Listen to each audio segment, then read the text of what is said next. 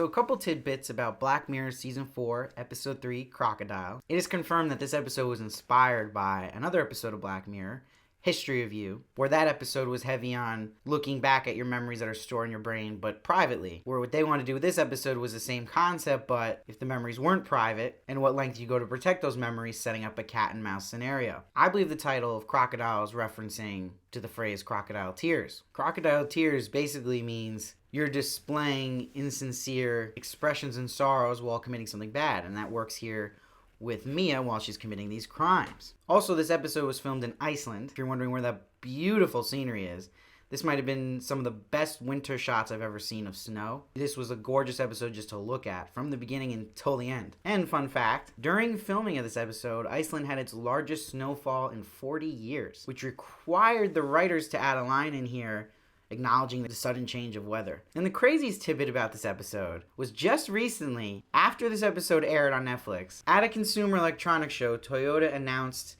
they are working on a self-driving delivery vehicle that would be used by Pizza Hut. Coincidence?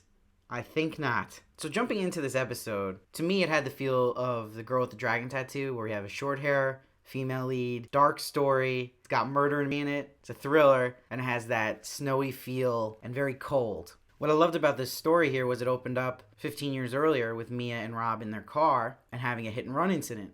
Rob was dead set on hiding the corpse and getting away with it, where she was the one who was originally suggesting to call the police and do the right thing. It's interesting because it shows Mia really didn't choose to start, and I sympathize with her in the beginning because in that situation you gotta think, Rob was scary and he was hell-bent on doing this and protecting himself. She could have thought to herself, if I push to do the right thing, he might want to kill me then and also dump my body into the water. So I get where she was coming from there. So if there's any sympathy for this character of Mia, it was there. Seeing the current day Mia 15 years later at the hotel and Rob comes and sees her, we basically see that she's learned to live with this terrible thing they've done and build a life around it with a family and kids, where Rob talks about finally beating his drinking problem and wanting to confess to the crimes. And she's like, can't do that. She's got to protect now what she's adjusted to that he set up. And now he's backing out and wants to do the right thing. It's like, hey guy, too late to do that. I believe in the beginning here in this scene, she just wanted to convince him and hold him down from running away and doing this. But when she dropped him and he hit his head really hard, she could tell, oh no, I screwed up, and then just panicked like she did in the beginning.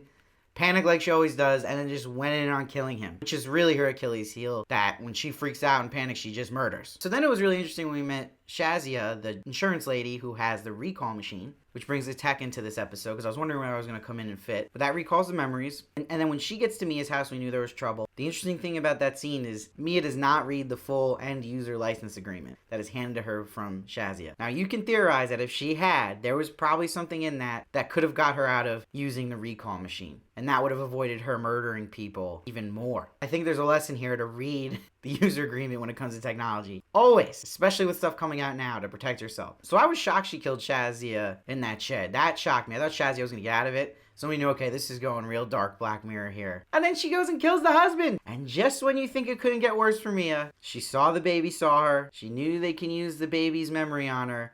And she kills a baby. But then we learned the baby was blind and that she actually didn't have to do that. Now, a lot of people thought that was hokey and kind of a cheat, but I am going to beg to differ and say it was brilliant. And I say that because what it did was it set up with the guinea pig being across from the baby and in the same room. Knowing the baby was blind, it shows that Mia had one last chance for some kind of redemption.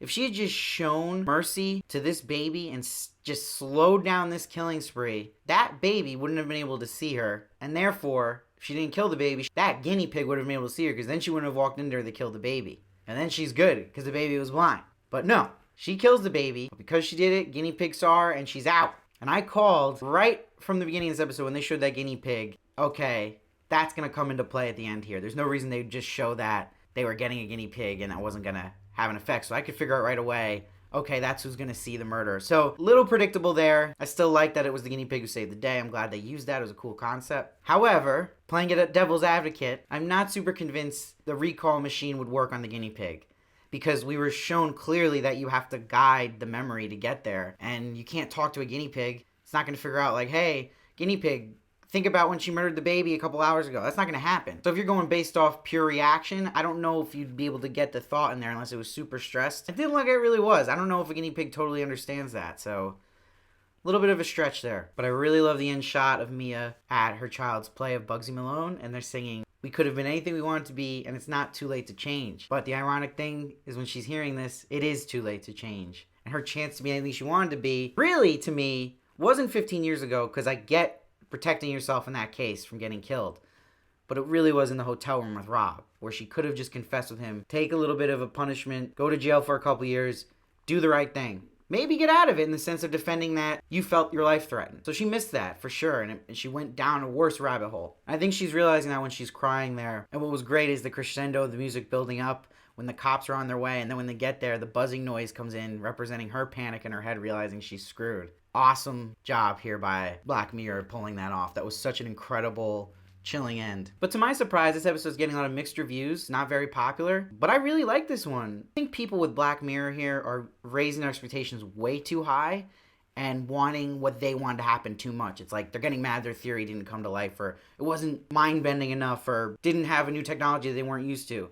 Sure, this wasn't a groundbreaking episode, but it was still really good television. And you have to consider that on the whole landscape of TV. And lower your expectations a bit when you go into an episode of Black Mirror. There's some really good episodes, but it also has some that are just pretty good like this one, but it's not terrible. I think people get mad when it's not amazing and they just go, bad, waste of time. Not a waste of time. Really good story here. Better than a lot of movies I've seen. Really good acting. The lead actress in Mia was awesome. I thought it was really good. So I'm going to give it an 8. Not amazing, but really good. I enjoyed it. Comment below what you thought. Do you agree with me? Disagree with me? I respond to everybody. I'm reviewing every episode of Black Mirror. So you can check out my review of episode 2 right here. Please make sure to subscribe for more and keep coming back.